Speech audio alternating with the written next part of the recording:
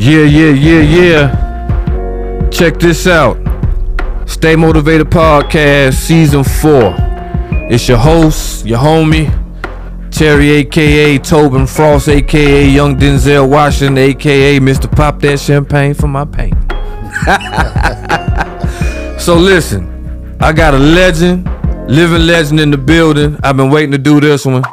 I got Mr. Corey Baker. Mr. Corey, how you doing? Man, I'm doing great, man. How you doing today? Fantastic, man. So if you don't mind, just introduce yourself to the audience, and then we're going to get to rocking and rolling. Okay, all right. First of all, I want to thank you, number one, for allowing me to be here today. Yes, and sir. invite me on the show.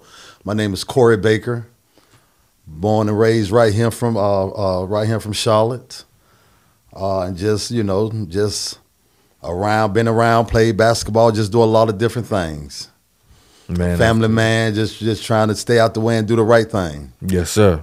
Yes, sir. So, how did growing up in Charlotte have an impact on your life? Man, growing up in Charlotte, it had a major impact on my life, man. And where I'm from North Charlotte. Mm-hmm. I'm from North Charlotte, and I guess back in the day, being from North Charlotte, we didn't have a lot of hope, but we did have one thing. We had this guy by the name of Clarence Johnson, mm-hmm. and he's from New York, from Queens, and in the late 70s, he got the job over there at Belmont Center. And he brought that first Rucker League down here in the Charlotte, that outdoor league. We ain't know nothing about that. Right. And we all loved the hoop. So when he brought that outdoor league and we all out there, that was a place we can come and we felt safe. Our parents allowed us to go there and we can be there all day long. And Clarence, CJ, he allowed us to give us hope.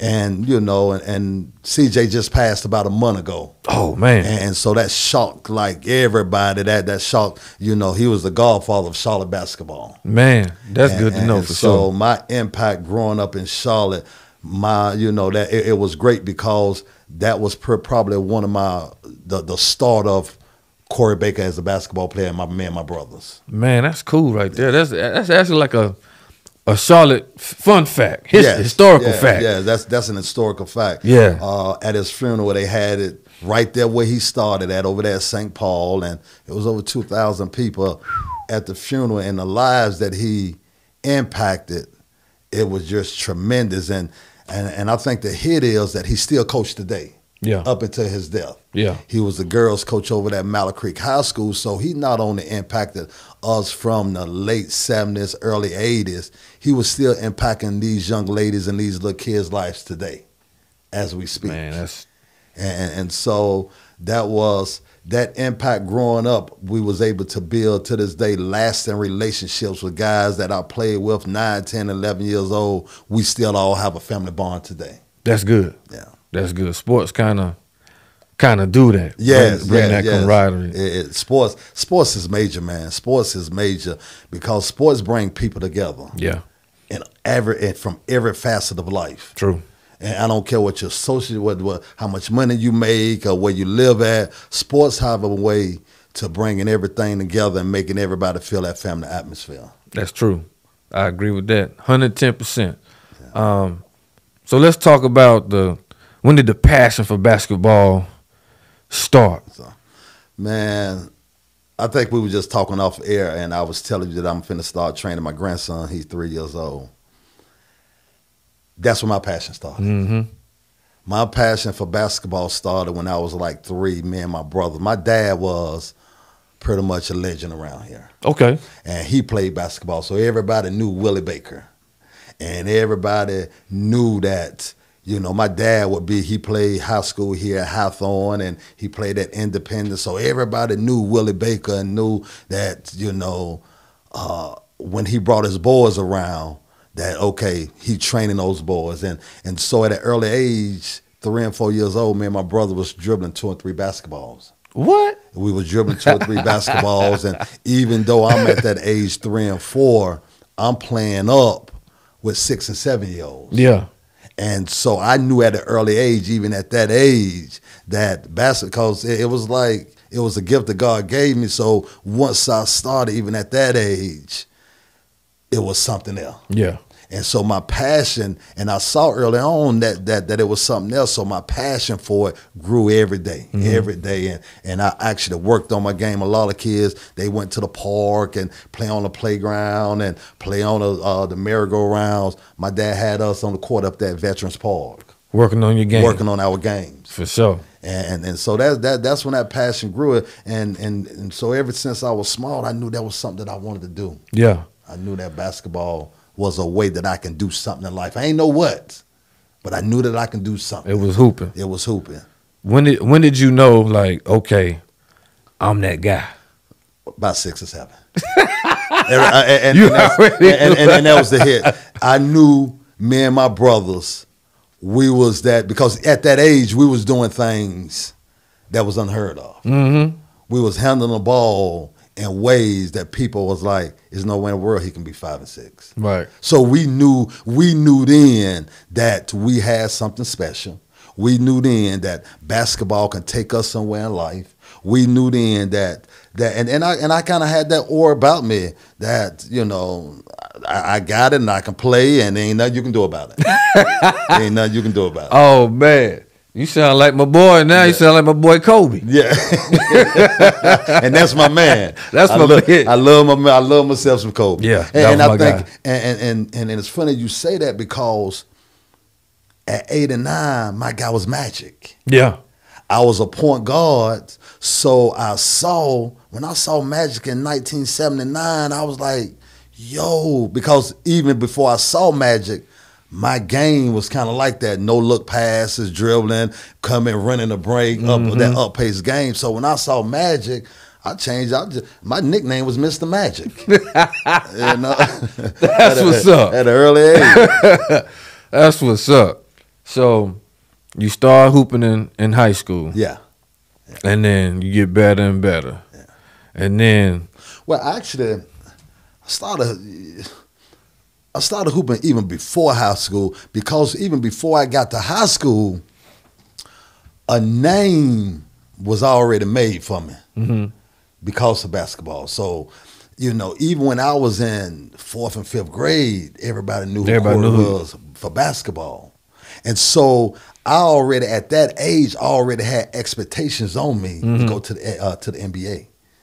At that age, I already had expectations. People was placing expectations on me. Oh, he gonna go to the NBA. He gonna do this. Oh, Corey Baker this, Corey Baker, his brother Adrian Baker, and then I had another brother, Cedric, and so people they knew who we was. So as I continued to play and started playing the AAU and traveling the country. So I started playing AAU at an early age, and during that time, it was only one AAU team here in Charlotte.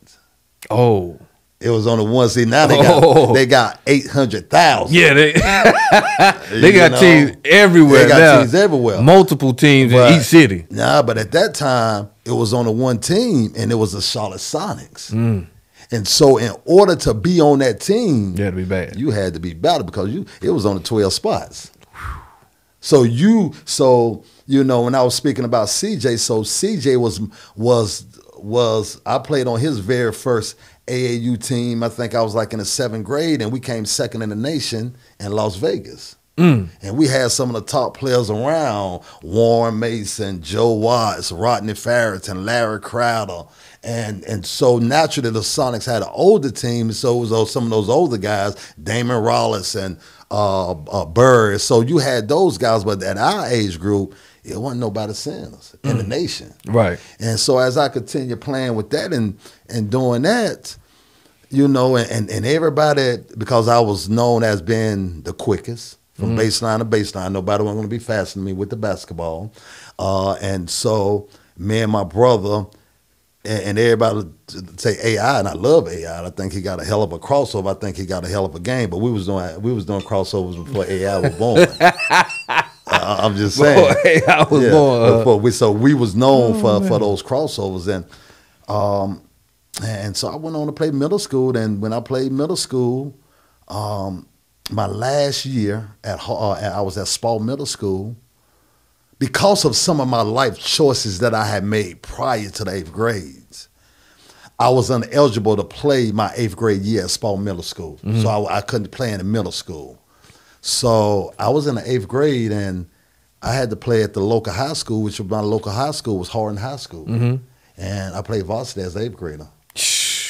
I was the first 8th grader in the state of North Carolina to play for a high school. That's and play crazy. That's crazy. And it's crazy because the backcourt was me and my brother. He was a senior. Man, I know that was cool. Yeah, it was cool. And it was a bittersweet moment for me because we started the first game, and once we started the first game, because he had been at Hardin. And so I came in and we started. I was the 2 guard. He was the point guard. But after that game, I became the starting point guard. Ooh. And my brother came off the bench. And he was a senior. Right. So I ain't know how to feel. Yeah, but that was bittersweet. That was bittersweet. It was bittersweet, you know. So I ain't know how to take that. But he was a good sport about it because he believed in me. Right. As his brother. That's good. And so that's you know. So as I got into my high school, that was my first experience in high school right there. Yeah. So I know you said you had expectations to go to the NBA. I did. So what stopped you from going? Life choices. Okay. I made some of the worst choices in the world. As good as I was on a basketball court, my decision making was worse. And I got involved and why, even when I was growing up, even playing basketball, and you show me your friends, I'm gonna show you your future. And my mom was a single mom. I had a dad. He wasn't that present in my life. He would come and I would see him, and because him and my mom were together, but my mom worked 3 jobs to make ends meet. And raising 3 boys, and you can just imagine that was a lot. Single mom. She had a lot. Lights on. It ain't like we came from money, but I had this guy, this white guy, who was very prevalent in my life by the name of B.V. Belk. B.V. Belk is probably one of the most widely known guys around. Not only in Charlotte, just in North Carolina, period. Everybody knew him, and he had money. He from the South Charlotte area. He a white guy. So he kind of took interest in me at an early age. So he'll make sure that my mom had the things that she needed. And he took me out of Hardin because I made so many bad choices, started going back and forth to jail for just driving without license, stealing, and really just trying to be a part of a life that God didn't even have set for me. Right. Joined a gang called the He-Men, and just really wasn't going to school, doing the things I needed to do in the classroom because I thought basketball was going to be my be-all. Right. And so I didn't take school, and I didn't take none of those things serious. So I was getting in trouble even when I was playing at Hardin. So he took me out of, after I finished playing at Hardin, that next year I went to Providence Day. And I played over there. And so those life choices that I made, and it was leading up, me not doing what I needed to do in elementary school, me making the bad choices. At some point it came in my life where at an early age I started getting involved in drugs. I started smoking weed, and then I started living that life. And it led me to a life of misery as time went on. I'm still playing ball, but ball was no longer the most important thing in my life. It was that lifestyle. Right. I tell people all the time, if the drugs don't kill you, the lifestyle will. And the lifestyle started to take over, and then I got addicted to crack cocaine. And so at that point in my life, I just gave up hope. So to answer that question, what stopped those decisions and the way that I lived my life prior at that point, you know, that NBA, it was just a distant memory for me. I know that was a tough pill to swallow. Yeah, it was. Yeah. It was. It was very tough. It wasn't tough at the time. It wasn't tough until I got clean and sober. Right. When I got clean and sober in 1994, that's when it became tough. That's when it became difficult because I am seeing all of the players that I had played against, because I went to go on to the nation's #1 high school, Oak Hill Academy. Right. I remember. Yeah, I remember hearing that. Yeah. And I want to set the record straight. Everybody say, Bake, you and Carlos Schofield, y'all was the first one to go to Oak Hill. We were not the first one to go to Oak Hill from Charlotte, North Carolina. It was a guy by the name of Larry Crowder. Okay. Larry Crowder was a left-hander, smooth as the other side of the pillar, a guard from Miles Park, and my man we played against. I loved competing against him. He was the first one to go, but he didn't complete. Gotcha. Some things happened and he didn't stay. He stayed for like a semester. So people really don't even know the history of Larry going there.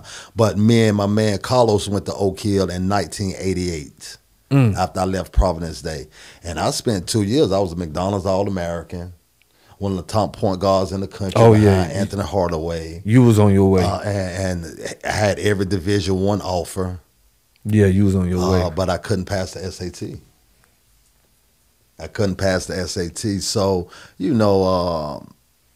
and at the time of my life was such, because at this time, I'm going to be honest and real. If we're going to just keep it like the kids say, we're going to keep it 100. Keep it 100, 1,000. At this time, during the whole time I'm at Oak Hill and doing the things like that, and everybody know me at basketball. I got a dog side about me.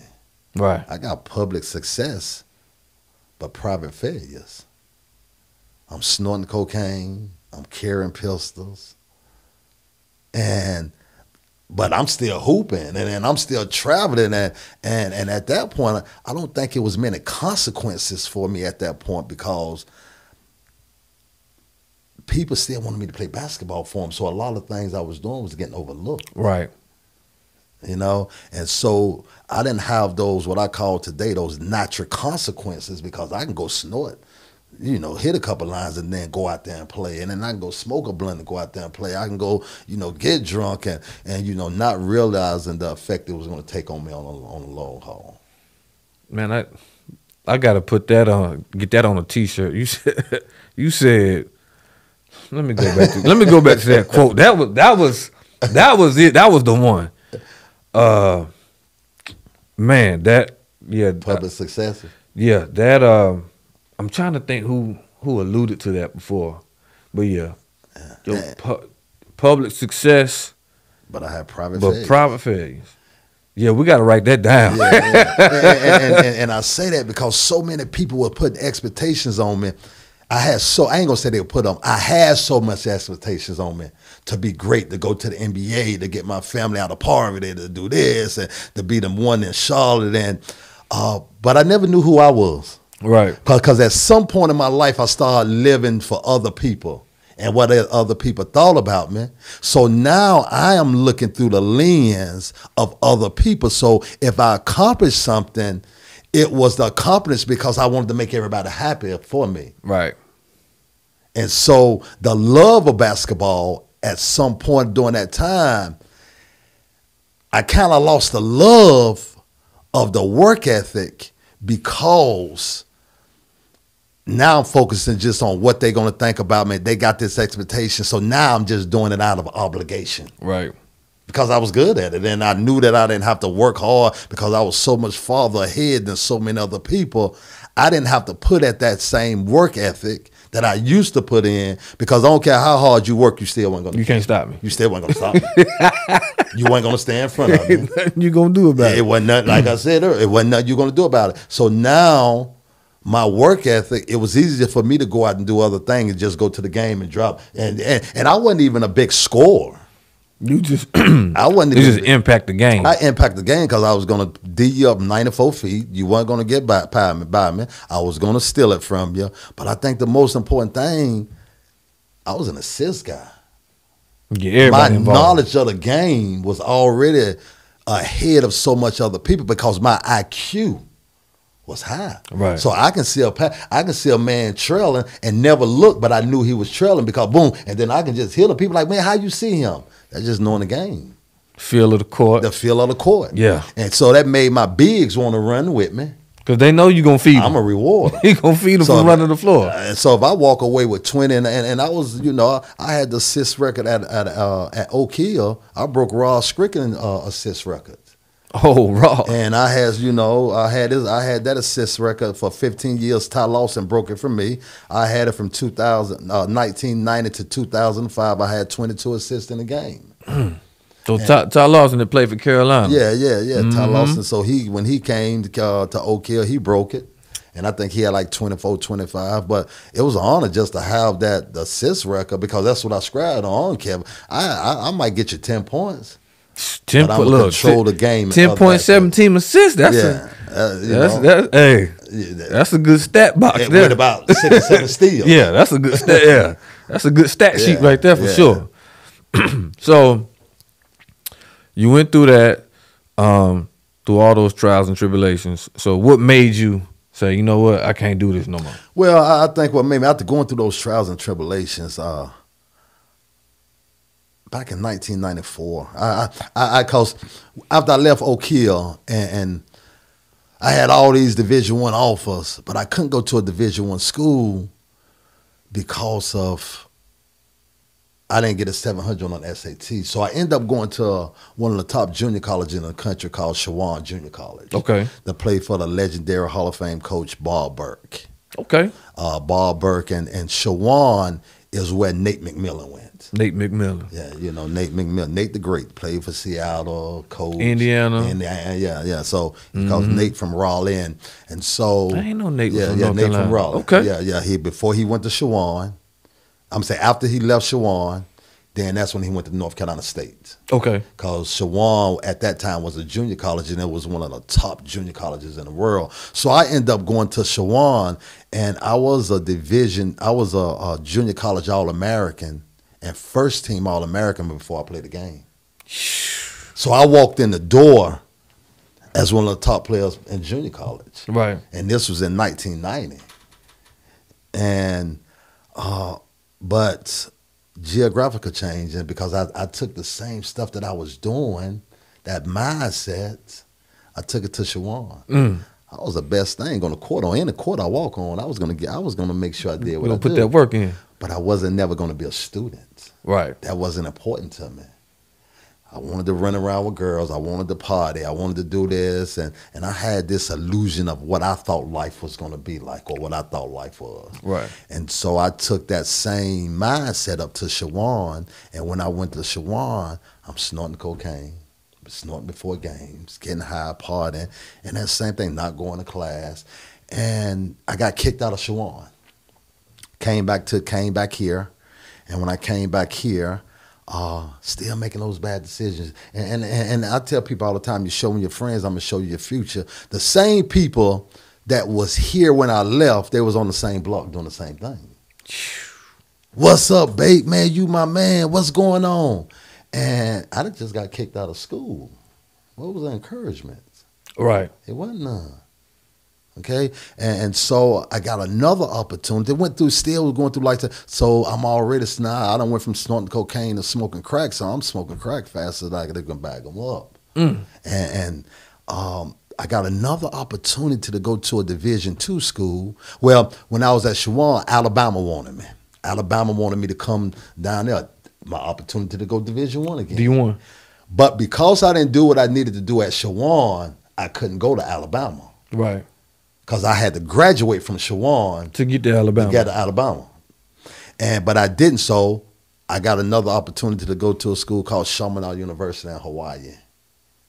Sheesh. And Chaminade is known for, they claim the fame is, in 1981, Ralph Sampson.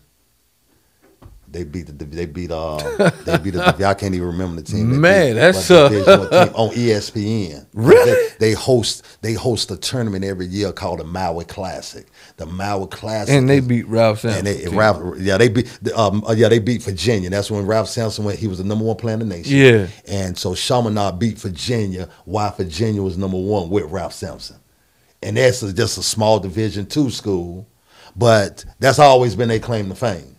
They had to be hitting Yeah. threes left and right or something to be. Yeah, that's what I said. And so I end up, and everybody, even though I did what I did, and even though I made the choices that I make, and I always was a basketball junkie. I can tell you anything about basketball. I can tell you stats. And again, my man is Magic, so I'm always going to follow the Lakers. I'm always going to watch Magic. And so when I had the opportunity to go to Chaminade, I took it because when I was at Oak Hill, we had went to Hawaii for a tournament, so I knew about Hawaii.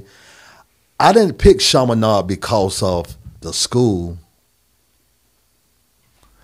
I picked Chaminade because of the lifestyle. Oh yeah, I knew out there in Hawaii. Hawaii, I knew the girls. I knew the girls was out there. I knew the lifestyle was out there, and I got kicked out of there. I got kicked out of Chaminade because I wanted to live the lifestyle.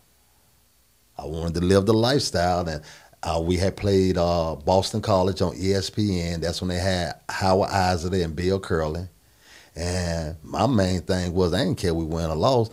I'm playing on ESPN, so everybody from Charlotte, North Carolina, they're going to be able to watch that game. Everybody going to see Kobe on TV. Right. My mind was different. Yeah. And so I got kicked out, and I ended up being homeless out there. Oh, man. I ended up being homeless, eating out of Jack in the Box garbage can, sleeping in abandoned buildings. And that was 1994, July of 1994. I was just so bad off, weighing probably about 10 pounds. I was looking like quarters. In the worst way, wasn't playing basketball, wasn't doing nothing with my life, getting high. I ended up coming back to Charlotte in July of 1994. August of 1994, I tried to kill myself. October 94 was a very, very important time of my life because you asked what made me change. I knew I wanted to change and I wanted to do something different, but I didn't know how. I wasn't playing basketball no more, so I ain't have no hope. Right. Everybody who said believed in me when I was up, now they ain't clapping, the cheers ain't going. They talking junk about me. And I was hopeless. Right. I was hopeless, and back in October 1994, October 26, 1994, I made a decision to do something different and ended up going to a 28-day treatment program. October 27, 1994. And that was the beginning of a new life for me. Yeah. And that's because I just got tired of doing what I was doing, and it wasn't even about basketball no more. It was about, I want to do something different with my life. And I think at that point, I think God started to really work with me. And then I started able to see I went through all of that for a reason. My struggles can become somebody else's survivor kit in life. For sure. And that's when I started. Those are some of the things that made me want to change. Damn. So we fast forward to now. Yeah. And like I said, you're a trainer, developer, yes. coach, mentor. I like how you said developer. all the above. Yeah. So not to fast forward too much, but I do want to hit on your new gig that's about to be announced. Yes.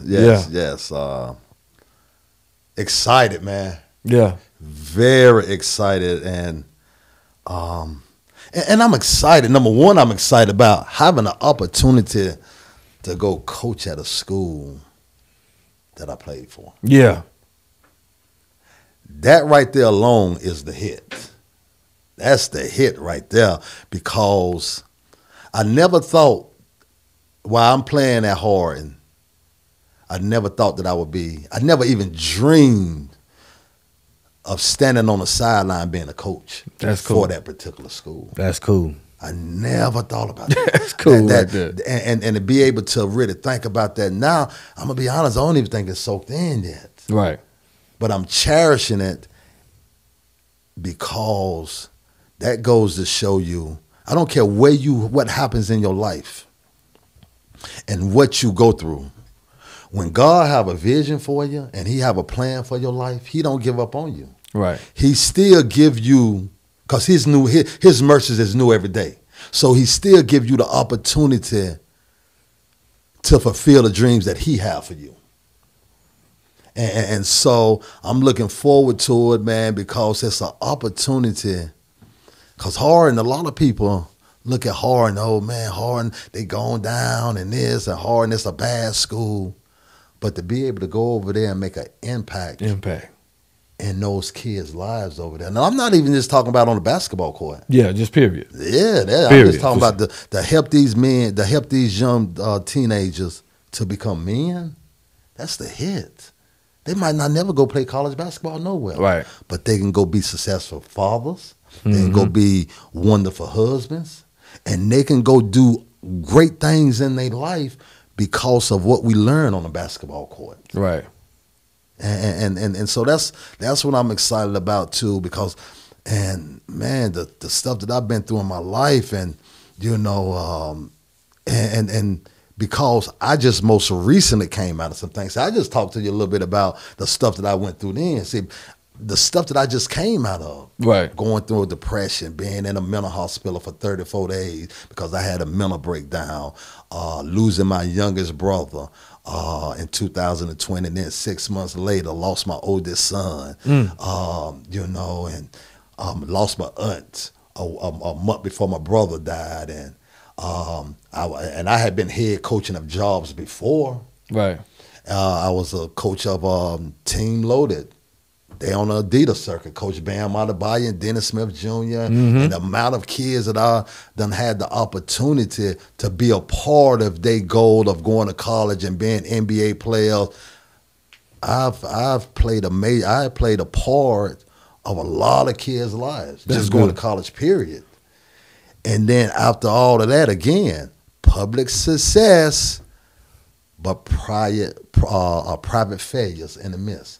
Because I'm helping all of these people, and I'm a licensed therapist, and I do this and I do that, and I'm helping so many people, but I've been hurting for so many years. Right. And so just coming out of a depression within the last 7 to 8 months and being able to come and to get this opportunity to be a coach of a major high school here in Charlotte, and I go to say a major high school in North Carolina. Mm-hmm. Man, I just thank God for his glory. Man, it's major. I can't wait. I'm definitely, I'm coming to the game just so I could be in the atmosphere. Yeah. Well, hey, we definitely love to have you there. Yes, sir. So, I'm going to change it up a little bit as we wrap up. I'm going to just ask you some fun stuff. Okay, sound good. So I know Magic your favorite player. All day long. All right, so Kobe or Jordan? Kobe. Shaq or Kareem? Kareem. AI or Isaiah? Isaiah.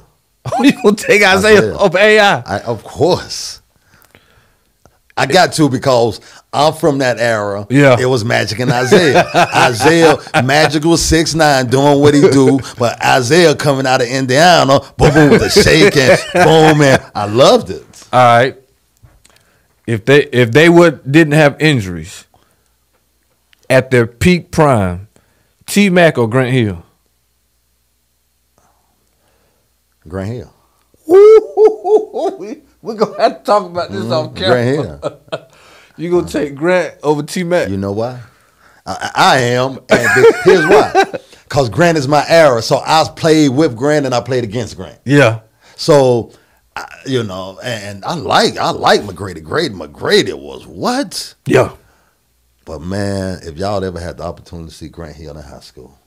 Oh, man. If you ever had the opportunity to see him at high school, and when he was at Duke, his beginning stage, had he not got hurt, when he got hurt, man, we missed out on being able to see some things from Grant Hill because of those injuries. Yeah.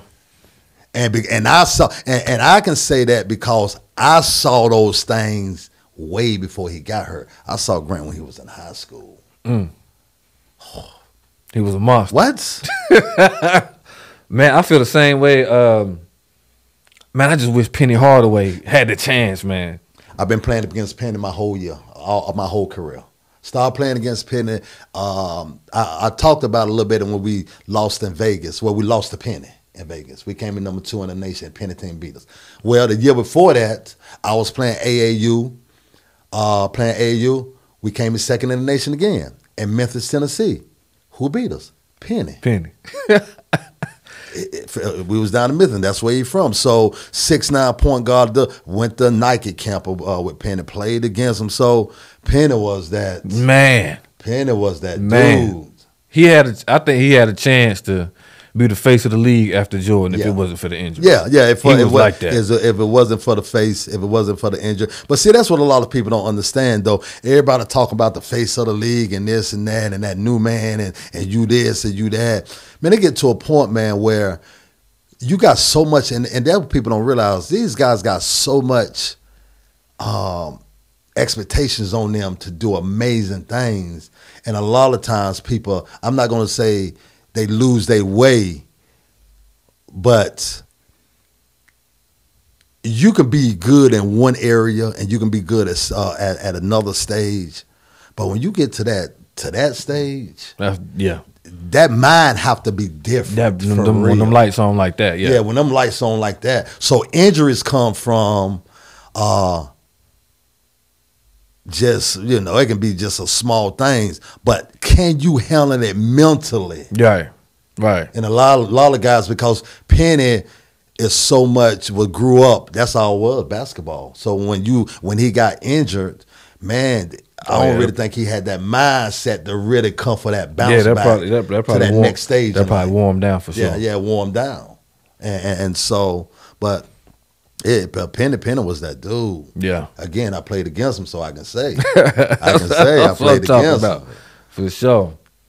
Well, Mr. Corey, man, I appreciate you coming, man. Thank you. This is what I've been waiting for sure. Well, thank you. You got anything else you want to let the audience know? Well, I mean, Harden Rams. We coming back. Harden known for football. That's when they had Anthony Houston there, Liz, and back in the 80s when everybody know the Lizard. And so basketball, and Walter Aikens. Walter Aikens took Harden to a place that Harden probably never been before.